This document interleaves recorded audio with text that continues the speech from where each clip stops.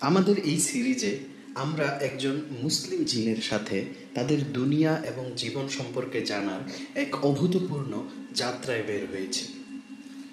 চলুন আবার যাত্রা শুরু করা যাক। ঈসা এরপরে ইবনে কনজুরকে জিজ্ঞাসা করলেন, আপনি কি আমার বাড়িতে থাকেন এমন জিনকে দেখতে পাচ্ছেন?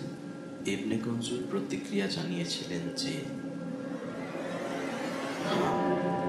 আমি তাদের দেখতে পাচ্ছি।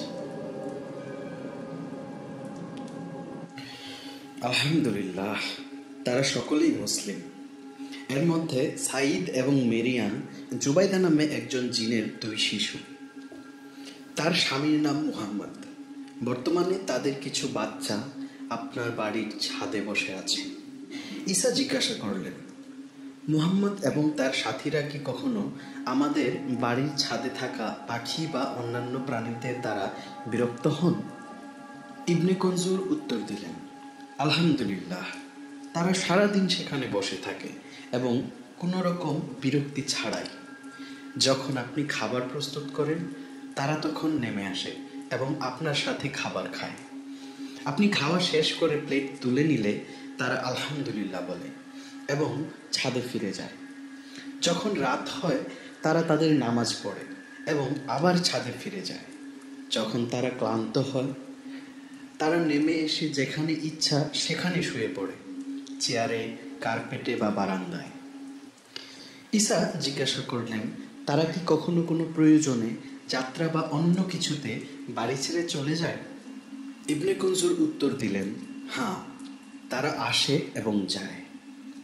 কখনো কখনো তারা মক্কার মসজিদ আল হারামে বা মদিনার মসজিদ নববীতে নামাজ পড়তে চলে যায়। তারা বজ্রের গতিতে চলে যায় এবং ফিরে আসে। ইবনে কনজুর তারপর বললেন, আমি আপনাকে একটি গুরুত্বপূর্ণ সতর্কতা দেব। শয়তানরা আসলে খালি কুয়াতে থাকতে পছন্দ করে। ময়লা এবং দূষণ তাদের আকর্ষণ করে। অতএব যখন তারা আজান শোনে তারা পানি সংলগ্ন এলাকায় চলে যায়। তারা তাদের কানে হাত দেয় বা তাদের পোশাক মাথার উপরে টেনে দেয়। তাদের মধ্যে কিছু ময়লার গর্তে বা ময়লায় লুকিয়ে পড়ে। এই কারণে যখন আপনি অজু করতে বাথরুমে প্রবেশ করেন তখন আপনাকে বাম পা দিয়ে শুরু করা উচিত এবং এই দোয়া পড়া উচিত, আল্লাহ সবার উপরে ক্ষমতাশালী, পুরুষ এবং মহিলা শয়তানদের খারাপ থেকে আমরা আশ্রয় চাই।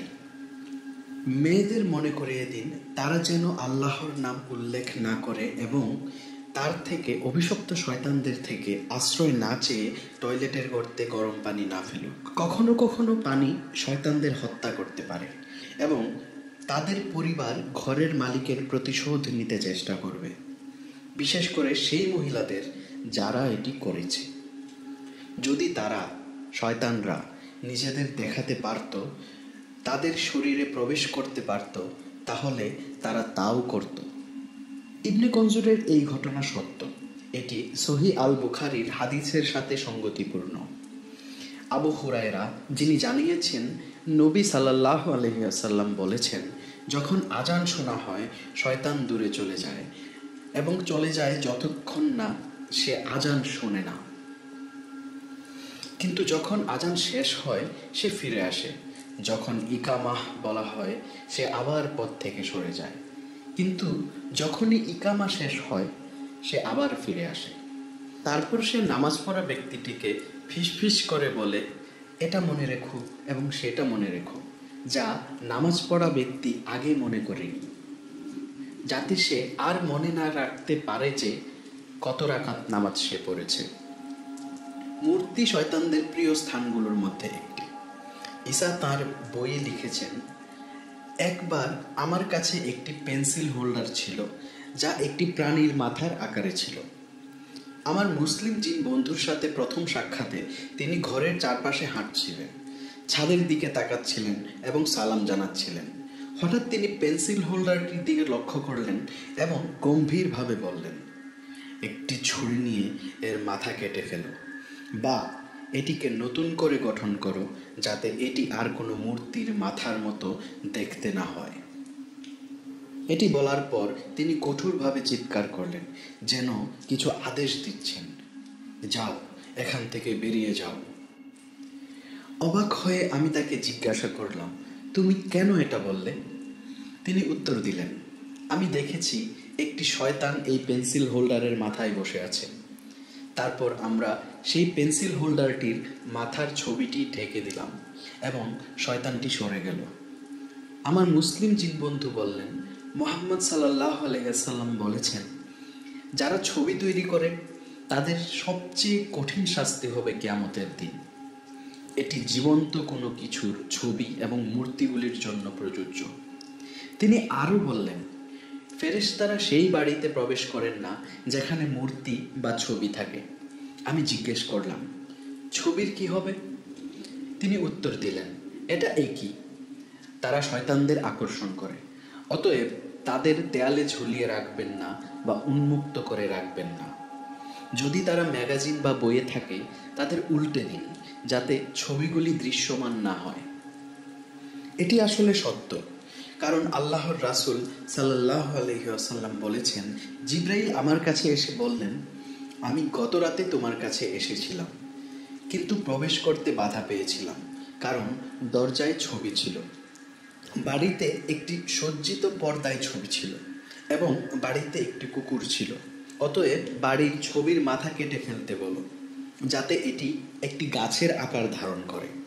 পর্দাটিকে কেটে দুটি বালিশে পরিণত করতে বলো, যাতে মানুষ এগুলোর উপর পা ফেলতে পারে, এবং কুকুরটিকে বাইরে বের করে দাও। আল্লাহর রাসূল তারপর সেটি করেছিলেন। তারপর ঈসা ইবনে কুনজুরকে প্রশ্ন করলেন, আপনি যে সেই জিনদের আকর্ষণ করার জন্য চুম্বকত্বের কথা বলেছেন, তা কি বাস্তব চুম্বক, নাকি এটা শুধু একটি উপমা যা বোঝার জন্য সহজ করতে ব্যবহৃত হয়? না, তিনি আন্তরিকভাবে বললেন, এটি সত্যিকারের চুম্বক, বাস্তব অর্থে। আসলে শয়তানরা এটি গন্ধের মতো শুকে শুকে বের করেছে। তারা এটা দূর থেকে দেখতে পারত, কারণ এই মূর্তিগুলি একটি দীপ্তি বা রশ্মি ছড়াতো, যা আপনি মানুষের চোখ দিয়ে দেখতে পেতেন না। শয়তানরা এটি এমনভাবে অনুভব করেছে যেমন কেউ সুস্বাদু খাবারের গন্ধ শুকে। এটা আসলে বিজ্ঞানগতভাবে দেখলে যুক্তিসঙ্গত।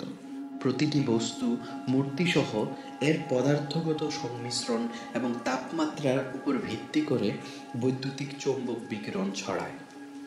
পাথর, মার্বেল এবং ধাতু, যা সাধারণত মূর্তিতে ব্যবহৃত হয়, তাদের পার্থক্যযুক্ত আণবিক গঠন থাকে যা নির্দিষ্ট বৈদ্যুতিক চৌম্বক ফ্রিকোয়েন্সি নির্গত করতে সক্ষম। আলোর, শব্দের বা তাপের শক্তি প্রতিফলিত বা শোষণ করতে সক্ষম। এই বিকিরণগুলি একটি ইএমএফ স্বাক্ষর তৈরি করে, যা মূর্তিটির জন্য অনন্য। যেমন আমরা জানি, জিনরা হলো দাহ্য অগ্নির সত্তা। এটি সূচিত করে যে তাদের অস্তিত্ব পদার্থের চেয়ে শক্তির সাথে আরও ঘনিষ্ঠভাবে সম্পর্কিত হতে পারে। যদি আমরা হাঙরের মতো প্রাণীদের তুলনা করি, যারা বিশেষাঙ্গিক অঙ্গ দ্বারা বৈদ্যুতিক ক্ষেত্র শনাক্ত করে, তাহলে জিনদের মধ্যে হয়তো ইএমএফ বা বিকিরণ উপলব্ধি করার এক প্রকার অস্বাভাবিক ক্ষমতা থাকতে পারে। শক্তির মতো আগুন থেকে তৈরি হওয়ায় জিনরা নির্দিষ্ট বিকিরণগুলির সাথে সাদৃশ্যপূর্ণ থাকতে পারে। এমন বস্তুগুলি যা বৈশিষ্ট্যমূলক ইএমএফ নির্গত করে তত্ত্বগতভাবে তাদের মনোযোগ আকর্ষণ করতে পারে কম্পনীয় সাদৃশ্যের কারণে। যেমন শার্ক লরেনজিনি আমপুলা ব্যবহার করে বৈদ্যুতিক ক্ষেত্র শনাক্ত করে, তেমনি জিনও সূক্ষ্ম ইএমএফ বা বিকিরণ শনাক্ত করতে পারে। এই ক্ষমতাটি তাদেরকে সেগুলো শনাক্ত করতে সাহায্য করবে যেগুলির অনন্য শক্তির স্বাক্ষর রয়েছে, যেমন মূর্তি। এছাড়া কিছু পোকামাকড় এবং প্রাণী রাসায়নিক সংকেত, ফেরোমেন, মাইল দূর থেকেও শনাক্ত করতে পারে। এই সংকেতগুলি যেমন বিকিরণ চোখে দেখা যায় না, তবে ইন্টারঅ্যাকশনের জন্য অত্যন্ত গুরুত্বপূর্ণ। জিনদের মূর্তিগুলির প্রতি একটি আকর্ষণকে একটি সাদৃশ্য ঘটনা হিসেবে ধারণা করা যেতে পারে, যেখানে মূর্তিগুলির অনন্য বিকিরণ এবং শক্তির প্রোফাইল জিনদের সংবেদনশীলতার সাথে সঙ্গতিপূর্ণ হয়। এছাড়া নবী মুহাম্মদ সাল্লাল্লাহু আলাইহি ওয়াসাল্লাম বারবার মূর্তি ধ্বংস করার নির্দেশ দিয়েছেন। মক্কা বিজয়ের পর নবী সাল্লাল্লাহু আলাইহি ওয়াসাল্লাম খালিদ বিন ওয়ালিদ রাদিয়াল্লাহু তাআলা আনহুকে নাখালায় পাঠিয়েছিলেন, যেখানে একটি দেবীর মূর্তি ছিল যার নাম ছিল আল উজ্জা, যাকে কুরাইশ ও কানানাইট উপজাতি পূজা করতেন। খালিদ ৩০ জন ঘুড়সওয়ার নিয়ে সেই স্থানে পৌঁছলেন এবং মূর্তিটি ধ্বংস করলেন। তবে ফিরে আসার পর নবী সাল্লাল্লাহু আলাইহি ওয়াসাল্লাম তাকে জিজ্ঞাসা করলেন, আপনি কি সেখানে আর কিছু দেখেছেন? খালিদ উত্তর দিলেন, না। তাকে বলা হয়েছিল যে মূর্তিটি ধ্বংস হয়নি এবং তাকে ফিরে গিয়ে কাজটি সম্পন্ন করতে হবে। খালিদ রাদিয়াল্লাহু তাআলা আনহু আবার নাখালায় গেলেন এবং এইবার তিনি আরেকটি মূর্তি দেখলেন এবং সেখানে তিনি একটি কালো এবিসিনিয়ান ইথিওপিয়ান নারীকে দেখলেন, নগ্ন এবং অবিন্যস্ত চুলসহ। তিনি তাকে তার তলোয়ার দিয়ে আঘাত করলেন এবং তাকে 2 টুকরো করে কাটলেন। মুসলিম পণ্ডিত সাইফুর রহমান আল মুবালকপুরি অনুযায়ী তিনি আবার ফিরে এসে নবীকে তাঁর কাহিনী শোনালেন। তখন নবী নিশ্চিত করলেন যে কাজটি পূর্ণ হয়েছে। বললেন যে কালো ইথিওপিয়ান নারী আসল আল উজ্জা ছিলেন। ইবনে আব্বাস রাদিয়াল্লাহু তাআলা আনহু বলেছিলেন, আল উজ্জা ছিল এক নারী শয়তান, এবং এই কাহিনী বুঝিয়ে দেয় যে শয়তানদের আসলে এই মূর্তির প্রতি বেশ আকর্ষণ রয়েছে। শিশুদের খেলনাগুলি, যদিও তারা মূর্তির মতো দেখতে, তবে তারা অন্যান্য মূর্তির মতো জিনদের আকর্ষণ করে না, বিশেষ করে যখন শিশু তারা নিয়ে খেলে। এই পার্থক্যের কারণ শুধুমাত্র আল্লাহ সর্বজ্ঞ জানেন। ইবনে কনজুর পরামর্শ দিলেন, সতর্ক থাকুন এবং আপনার বাড়ির কোনো রুম ব্যবহার না করে ছেড়ে দিবেন না। যদি আপনি একটি স্থান, যেমন আপনার শোবার ঘর খালি ছেড়ে দেন, তবে সেখানে শয়তান প্রবেশ করতে পারে এবং খালি স্থানটি দখল করতে পারে। এই পরামর্শটি সহিহ মুসলিম হাদিসে সমর্থিত, যেখানে নবী মুহাম্মদ সাল্লাল্লাহু আলাইহি ওয়াসাল্লাম বলেছেন, প্রথম কক্ষ পুরুষের জন্য, দ্বিতীয় তার স্ত্রীর জন্য, তৃতীয় অতিথিদের জন্য এবং চতুর্থ কক্ষ শয়তানের জন্য। জিনদের জীবন মানুষের মতোই, সেখানে ভালোবাসা এবং ঘৃণা, একমত হওয়া এবং সংঘাত, স্নেহ এবং শত্রুতা সবই রয়েছে। তাদের আনন্দের অনুভূতি এবং সামাজিক আচার আচরণ তাদের মধ্যে পার্থক্য তৈরি করে। একটি গোষ্ঠী অন্য একটি গোষ্ঠী থেকে আলাদা, একটি পরিবার অন্য একটি পরিবার থেকে, একটি শহর অন্য একটি শহর থেকে, এমনকি একটি দেশ অন্য একটি দেশ থেকে আলাদা। জিনদের গর্ভধারণের সময়কাল মানুষের তুলনায় দীর্ঘ, যা 15 মাস পর্যন্ত স্থায়ী হতে পারে। তারা সাধারণত 7 থেকে 9 জন সন্তান জন্ম দেয়, যদিও কিছু ক্ষেত্রে তারা 12 জন পর্যন্ত সন্তান নিতে পারে। মানুষের এবং জিনদের মধ্যে বিবাহের সম্ভাবনা প্রায় অসম্ভব বলেই ধরা হয়, কারণ তাদের প্রকৃতির মধ্যে উল্লেখযোগ্য পার্থক্য রয়েছে। আল্লাহ সর্বশক্তিমান এটি কোরআনে স্পষ্ট করে বলেছেন যে, এবং তার নিদর্শনগুলির মধ্যে একটি হলো তিনি আপনাদের জন্য আপনাদের মধ্য থেকে সঙ্গী তৈরি করেছেন, যাতে আপনি তাদের মধ্যে শান্তি পান, এবং তিনি আপনাদের মধ্যে ভালোবাসা এবং দয়া স্থাপন করেছেন। এই আয়াতটি জিন এবং মানুষের জন্য প্রযোজ্য। এটি জোর দেয় যে মানুষ অন্য মানুষের সাথে বসবাস করতে তৈরি এবং জিন অন্য জিনদের সাথে বসবাস করতে তৈরি। ইবনে তাইমিয়া উল্লেখ করেছেন যে জিন এবং মানুষের মধ্যে বিবাহের একমাত্র সম্ভাব্য পথ হলো যদি জিন মানব আকারে আত্মপ্রকাশ করে।